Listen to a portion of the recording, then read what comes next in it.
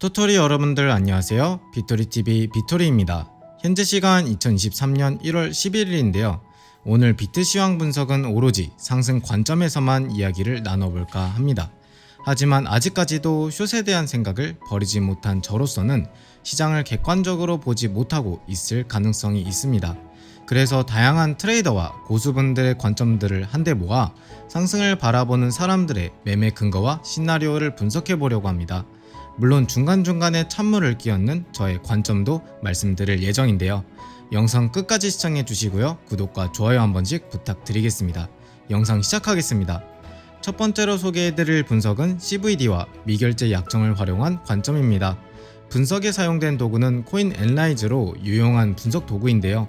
현재 차트에서 사용되고 있는 지표는 위에서부터 비트코인 가격 차트와 CVD, 미결제 약정, 펀비 평균입니다. 지금 구간이 과매수 상태인 것은 누가 봐도 인정할 것입니다. 분명 과매수 구간에 접어든 것은 맞지만 맨 위에 비트코인 차트를 보면 가격 상승과 함께 세 번째 지표인 미결제 약정이 상승 중에 있음을 알 수 있는데요. 미결제 약정은 결제되지 않고 남아있는 약정 수량을 말합니다.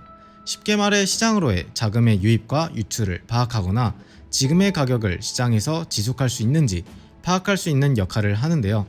처음 이 관점이 나왔을 때는 미결제 약정이 상승 중에 있었고 추세를 깨지 않았기 때문에 가격 상승과 미결제 약정의 상승 그 자체가 갖는 의미로 분석을 했을 겁니다. 그 자체가 갖는 의미는 롱 포지션 유입의 증가로 추가 상승을 기대할 수 있다는 것이었는데요. 30분 차트를 보면 가격은 상승 추세를 깨지 않고 있으며 미결제 약정은 상승 추세를 깬 상태인 것을 확인할 수 있습니다. 트레이딩뷰에서 파는 선물마켓 비트코인 차트도 비교해서 보면 조금 다른 것을 확인할 수 있습니다. 다시 분석 도구로 돌아와 보겠습니다. 중간에 초록선으로 체크한 CVD를 살펴보면 상승은 하고 있지만 고점이 거의 유지되는 어센딩 트라이앵글 상승 삼각형의 수렴 형태가 보이는데요. CVD도 하나의 차트로 봤을 때 변동성이 출현할 가능성이 있습니다. 이 당시 약간의 상승이지만 추세를 이어나가고 있었고 사람들이 우려하던 과매수에 대해서 매도세를 어느 정도 흡수하고 있는 것으로 볼 수 있었습니다. 즉 과매수 상태에서는 매도세가 붙기 마련인데 이 매도세를 흡수하며 한 번 더 상승 가능성을 보여주고 있었다는 것인데요. 결론적으로는 보수적인 매매 접근으로 해칭을 넘어선 과도한 숏 진입은 리스크가 있으니 조심했으면 좋겠다는 관점이었습니다. 여러 트레이더들의 상승 관점 중 하나로 가져와 봤는데요. 중간에 제가 꿋꿋이 저의 생각을 끼워 넣어 봤습니다. 이 부분도 정리해서 말씀드려 보겠습니다. 현재는 미결정 약정뿐만 아니라 CVD도 상승 추세를 깬 상황입니다. 여전히 저는 조정이 올 것으로 보고 있으며 우리가 집중해야 하는 부분은 조정 폭입니다. 이 부분은 뒷부분에서 해설해 드리겠습니다. 다음은 저도 꽤나 자주 참고하는 MVRV Z스코어 지표를 통한 분석인데요. MVRV는 시가총액을 리얼라이즈드 밸류와 비교한 지표입니다. 보편적으로 Z스코어가 3 이상이면 매도 시그널, 1 이하면 매수 시그널이라고 하는데요. 개인적으로는 저기 레드존을 매도 시그널, 그린존을 매수 시그널로 보고 있습니다. 그래서 토리월드에서는 장기적으로 매수할 만하긴 하다라고 예전에는 몇 번씩 언급했었는데요. 물론 중단기 관점에서는 기회비용이 들 수밖에 없기 때문에 최근에는 언급을 잘 하지 않았던 지표이기도 하죠. 현재 그린존을 이탈하기 직전에 반등하는 듯하는 모습이 보이는데요. 지금까지 찐반등을 체크해보면 모든 반등들은 그린존의 이탈을 조금이라도 했다는 것을 알 수 있습니다. 하지만 Z스코어 기준으로 상승으로 분석한 분들은 아무래도 장기 관점일 가능성이 매우 높은데요. 장기적으로 봤을 때 비트코인은 현재 상당히 매력적인 가격대에 위치해 있기는 합니다. 판단은 결국 각자의 몫이긴 하겠지만요. 다음은 비트코인 도미넌스로 보는 관점입니다.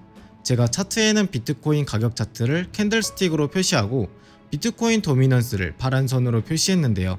그리고 이더리움 도미넌스를 주황선으로 표시했습니다.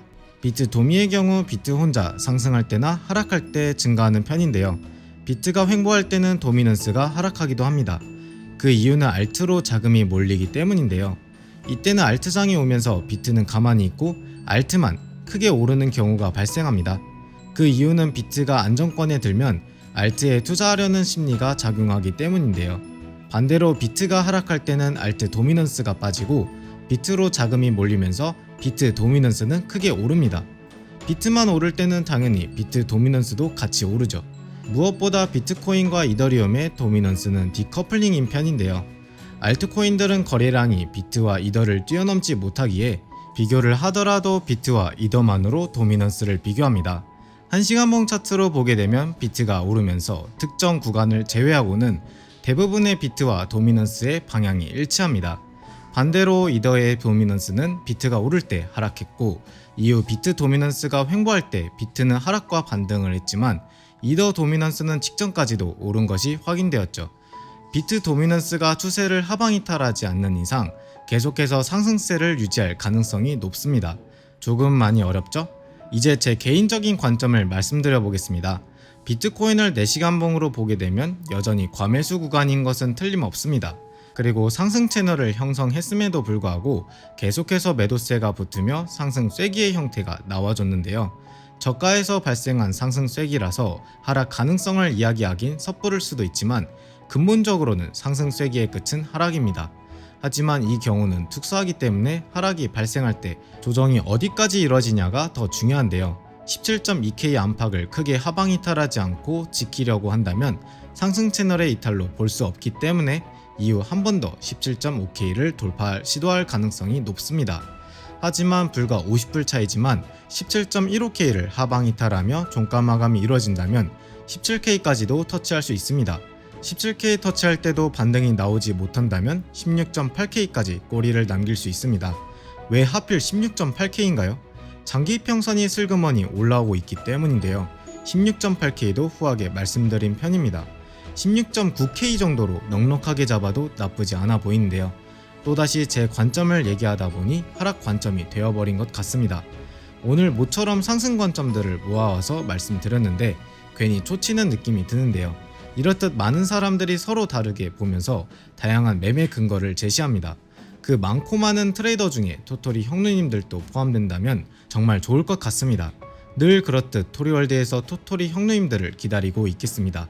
항상 토토리들을 응원하는 남자 비토리였습니다. 구독과 좋아요는 저에게 힘이 됩니다. 영상 끝까지 시청해주셔서 감사합니다. 비토리TV였습니다.